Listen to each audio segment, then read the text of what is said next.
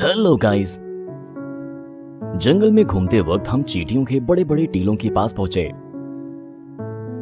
वहां बहुत सारी चींटियां थी। सर्दी आ रही है, इसीलिए वो खाने की तलाश में इधर उधर भाग रही थी। और हमारे दिमाग में आया कि अगर हम उन्हें कुछ इंसानी खाना दे तो क्या होगा, उसमें से क्या बचेगा, वो कैसा रिएक्शन देंगी, क्या वो इसे खाएंगी भी।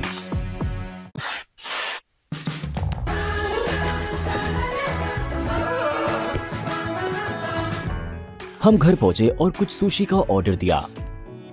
टेस्टी, ये बहुत टेस्टी लग रही थी। काश ये मेरे लिए होती। हमने एक रसदार मैकडॉनल्ड्स हैमबर्गर, एक स्निकर्स बार और एक केला भी लिया। हमने सब कुछ एक बैग में पैक किया और चींटियों के पास से ले गए। लेकिन फिल्म बनाना या एक बहुत बड़े चींटी के टीले के कुछ कदम दूर रहना इतना आसान नहीं है। कम से कम हम पैंट के ऊपर मोजे पहन सकते थे ताकि चींटियां हमारे कपड़ों के नीचे न घुस जाएं और हमें काट न लें। उस वक्त हमें सच में नहीं पता था कि ये कितना दर्दनाक काटती हैं, लेकिन हम ये पता लगाना भी नहीं चाहते थे। सबसे पहले हमने चींटियों को स्निकर्स बार परोसा। हमने ध्यान से बार को चींटी की टीले के ऊपर रखा और देखना शुरू किया। चींटियां तुरंत इसके ऊपर चढ़ गई और ये पता लगाने की कोशिश करने लगी कि ये चीज क्या है और यहाँ कैसे पहुंची। हमें लगता है कि इनमें से कुछ ने किनारों को कुतरने की कोशिश भी की, और फिर भी ये इनके टेस्ट के हिसाब से नहीं था। ये इस पर चढ़ने लगी और इधर उधर ज्यादा भागने लगी। लेकिन शायद इन्होंने सोचा होगा कि ये इनके चींटी पिरामिड के ऊपर उनका सिंहासन है, क्योंकि उन्होंने हमें स्निकर्स वापस नहीं लेने दिया। जैसे ही हमने अपनी उंगलियां बार की ओर बढ़ाई, धमकी भरे पोज बनाते हुए ये तुरंत उस पर दौड़ पड़ी। ये मजेदार था, लेकिन फिर हमें एहसास हुआ कि ये हमें काट सकती है।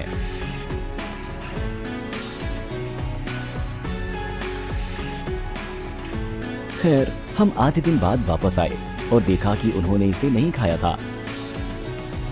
अच्छा, तो फिर हमने कुछ छड़ें ली और स्निकर्स को उठा लिया। केले परोसने का वक्त हो गया था। ये इनके लिए ज्यादा जानने वाला खाना होना चाहिए। लेकिन केले का भी वही हश्र हुआ जो स्निकर्स का हुआ था। चींटियां बस उस पर चढ़ने लगी। वो ये पता लगाने की कोशिश कर रही थी कि इसके साथ किया क्या जाए। जाहिर है ये भी उतना टेस्टी नहीं था। लेकिन सबसे बढ़िया हिस्सा अभी आना बाकी था। हम इन्हें सुशी खिलाना चाहते थे। पहले तैयारी कर लेते हैं। हमने इस तरह की गोभी या जो भी हो उसका एक टुकड़ा लिया और थोड़ा सा हरा पत्ता। वाह,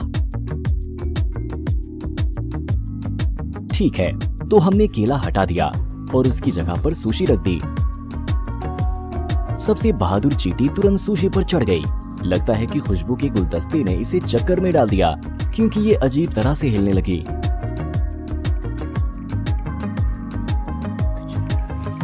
अचानक हम एक तेज आवाज से चौंक गए। जंगल में कुछ जीव दौड़ रहे थे और वो हिरन निकले।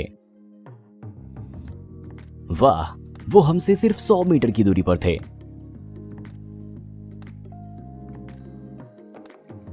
हिरन थोड़ी देर के लिए रुका, हमारी तरफ देखा और भाग गया। हम चौंक गए। हमने पहले कभी जंगल में हिरन नहीं देखा था। हम कोई वक्त बर्बाद नहीं करना चाहते थे, इसीलिए हमने सुशी छोड़ दी और बर्गर के लिए दूसरी चींटी का टीला ढूंढने चले गए। हमें बर्गर के डिब्बे पर ये छोटा सा कीड़ा मिला। और ये दोस्तों एक खटमल था। ये एक बहुत ही खतरनाक कीड़ा होता है जिसके काटने से गंभीर बीमारियां हो सकती हैं। इसीलिए अगर आप अपने ऊपर उसे देखें तो उसे प्यार से जाने के लिए कहें। हमने चींटियों का टीला ढूंढा और बर्गर निकाला। हमें यकीन था कि चींटियां इसे आजमाने के लिए मना नहीं करेंगी। खैर, जैसा हमने सोचा था, ये बर्गर पर कूद पड़ी और उसे सूंघने और खाने लगी। कुछ चींटियों को बन पसंद आया, दूसरों ने पैटी को कुतर दिया और कुछ ने सॉस चाटा। और वेजिटेरियन चींटियां उसमें से सलाद का पत्ता निकालने की कोशिश कर रही थी।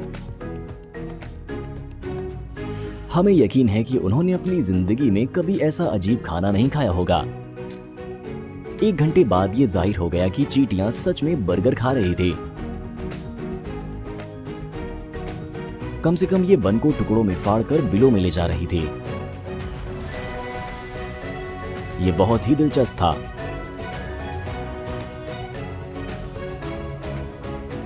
वैसे हम सोच रहे थे कि अगर हम अपना हाथ चींटियों के टीले पर रखें और उन्हें उस पर रेंगने दे तो क्या होगा।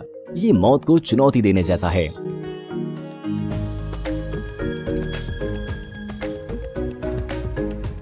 ये रेंगने लगी थी।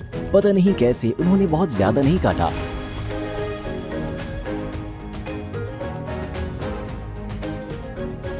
हमें कुछ काटने का एहसास हुआ, लेकिन वो काफी सहने लायक था।